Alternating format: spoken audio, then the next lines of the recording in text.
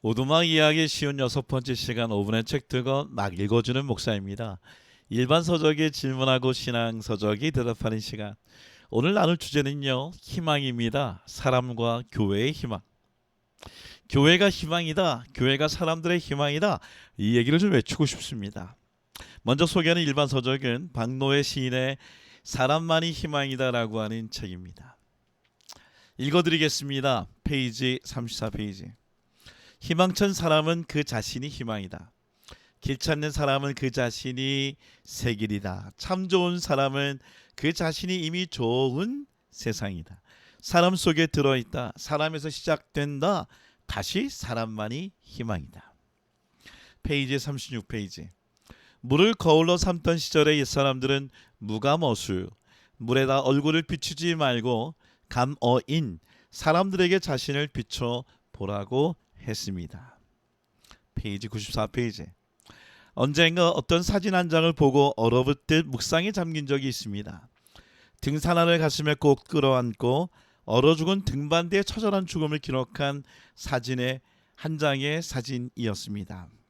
산 사람들은 얼음 산정을 향해 오르다 텐트를 치고 잠을 잘 때 젖은 등산화를 가슴에 꼭 품고 잠을 청합니다. 그래야 다음날 아침 뽀송뽀송한 상태로 또 걸을 수 있기 때문이지요. 얼음산에서 머리카락도 수염도 허옇게 얼어붙은 얼굴로 하나같이 등산화를 가슴에 꼭 끌어안고 나란히 얼어 죽어간 등반대원들의 모습, 장엄한 순교자의 모습으로 다가온 그 현장, 보도사진 한 장이 많은 시간이 지난 지금까지도 문득 떠오르곤 합니다.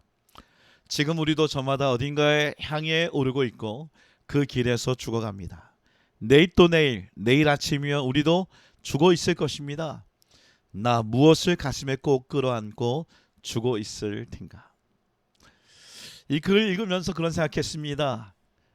오늘 등산가는 가슴에 젖은 등산화를 꼭 끼안고 오늘 어떻게 보면 그 텐트 안에 머물고 있다고 한다면, 저는 오늘 포기할 수 없는 제 가슴에 꼭 끼얹고 있어야 될 부분이 있다면 그것은 바로 그리스도의 목숨을 대신한 바로 우리 교회라고 생각합니다. 교회를 가슴에 꽉 끼안아 봅니다. 1980년대 30년 전에는 사람이 희망이다 이런 슬로건을 외칠 수가 없었던 시대였었습니다. 특별히 교회가 사람들에게 희망이 되지 못했던 시대였기도 합니다. 지금 30년 지난 지금 우리는 정말 사람이 희망일까요? 그리고 교회는 사람들의 희망일까요? 제가 신학대학을 졸업하고 대학원을 철학으로 옮겨갔을 때에는 제가 뭔가 좋은 목사가 되기 위해 신학을 더 연구하기 위한 것이 아니라 다시 돌이켜보면 그 당시에 교회에 희망이 없었기 때문에 교회를 떠나서 방황하기 위하여 방황하던 시절에 철학을 전공했었죠. 제게 그런 고민을 단번에 해결해줬던 책이 있습니다. 바로 필립 얀시의 교회 나의 고민 나의 사랑이라는 책입니다. 필립 얀시가 남부에 있었을 때에 왜 교회를 떠났고 그리고 다시 교회에 희망을 가졌던 이유는 그의 아내가 소셜 워커인데 시카고에서 정말 백인과 흑인이 함께 있는 슬럼가에서 그 교회를 섬기면서 그 교회를 가슴에 품고 그 아내와 함께 다시 교회의 희망을 받던 이양입니다. 지금의 제 아내, 소셜워커로 있는 제 아내와 또 제가 이 열방교회를 가슴에 품고 가는 모습과 비슷한 것이죠. 한번 읽어드릴게요. 페이지 11페이지. 인종차별은 미국 남부 교회의 하부 문화의 필수 요소였다. 나는 흑인, 그때는 더 경멸적인 단어를 썼다. 인간 이하이고 교육이 불가능하며 하나님의 저주로 종이 되었다는 말을 설교 시간에 귀가 따갑도록 들었다. 우리 교회의 거의 모든 교인인 마틴 루터 킹 주니어가 골수 공산주의자라고 믿었다. 보안관이 그를 몽둥이로 때리거나 감옥에 넣을 때마다 우리는 환호를 질렀다.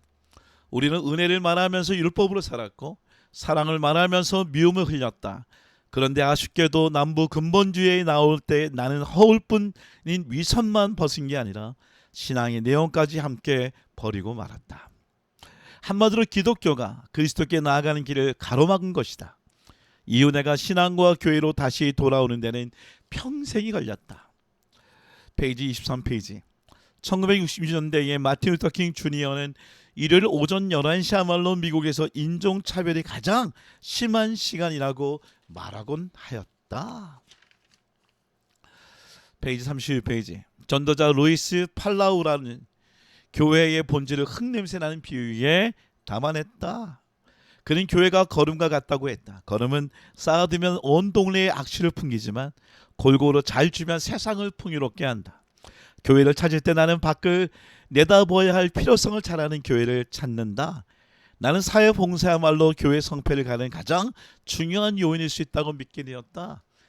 소셜워커의 아내와 함께 다시 교회로 돌아온 것이 교회 안에 바로 이 사람을 소중히 여겼던 그 모습이었던 것이죠. 페이지 37페이지. 폴 트리네는 이렇게 얘기했다. 사람이 혼자 할 수 없는 일이 두 가지 있다. 하나는 결혼이고 또 하나는 그리스도인이 되는 것이다. 페이지 75페이지. 교회는 하나님의 복지 사무소다. 시각장애인을 고쳐주고 포로를 풀어주고 배고픈 사람에게 먹을 것을 주고 가난한 자에게 기쁜 소식을 전하는 예수님이 선포하신 본래의 명령을 수행하는 기관이다. 교회는 하나님의 동네 단골집이다. C.S. 루이스의 글입니다. 116페이지. C.S. 루이스는 이렇게 썼다. 피조물에게 위임 가능한 일치고 하나님 스스로 하시는 일은 하나도 없는 것 같다. 그분은 자신이 눈 깜짝할 사이에 완벽하게 해낼 수 있는 일을 꿈꾸고 서툰 우리에게 하라고 명하신다. 이 원리의 예증으로 예수 그리스도의 교회보다 더 확실한 것은 없다. 그분은 세상에 하나님의 임재를 구현하는 과업을 교회에 위임하셨다. 우리의 모든 노력은 하나님의 위임에 산 증거다. 교회를 떠나는 젊은 청년들이 있습니다. 근데요, 교회가 사람들의 희망입니다. 사람의 소중함, 한 영혼의 소중함을 가르쳤던 분이 또 한 분이 계시죠. 바로 최영기 목사님. 교회는 병원이다. 이 책을 통해 또 저희 교회 두 번의 부흥회를 오셔서 강력하게 교회는 건강한 사람들이 아니라 환자들이 와야 한다. 그게 교회다 가르쳤던 분이십니다. 평생을 거주해서 사시다가 내조하셨던 우리 최혜순 사모님께서 지금 난소암 말기 가운데 아주 말기여서 사실은 제가 이번 주 아니면 다음 주에 정말 참석만 할 수 있다면 비행기를 타고 휴스턴에 함께 가서 마지막 사모님을 보고자 하는 마음을 갖고 있습니다. 여러분, 정말 사람이 희망이란 얘기에도 감옥에 잡혀가던 때가 있었습니다. 근데 교회가 오늘 사람이 희망이라고 얘기할 수 있고 예수님의 정말 목숨과 바꾼 교회, 우리 인간을 구원하기 위한 예수 그리스도의 모습, 회복되는 교회가 되기를 원합니다. 교회, 저는 이렇게 외치고 싶습니다. 사람들의 희망이다.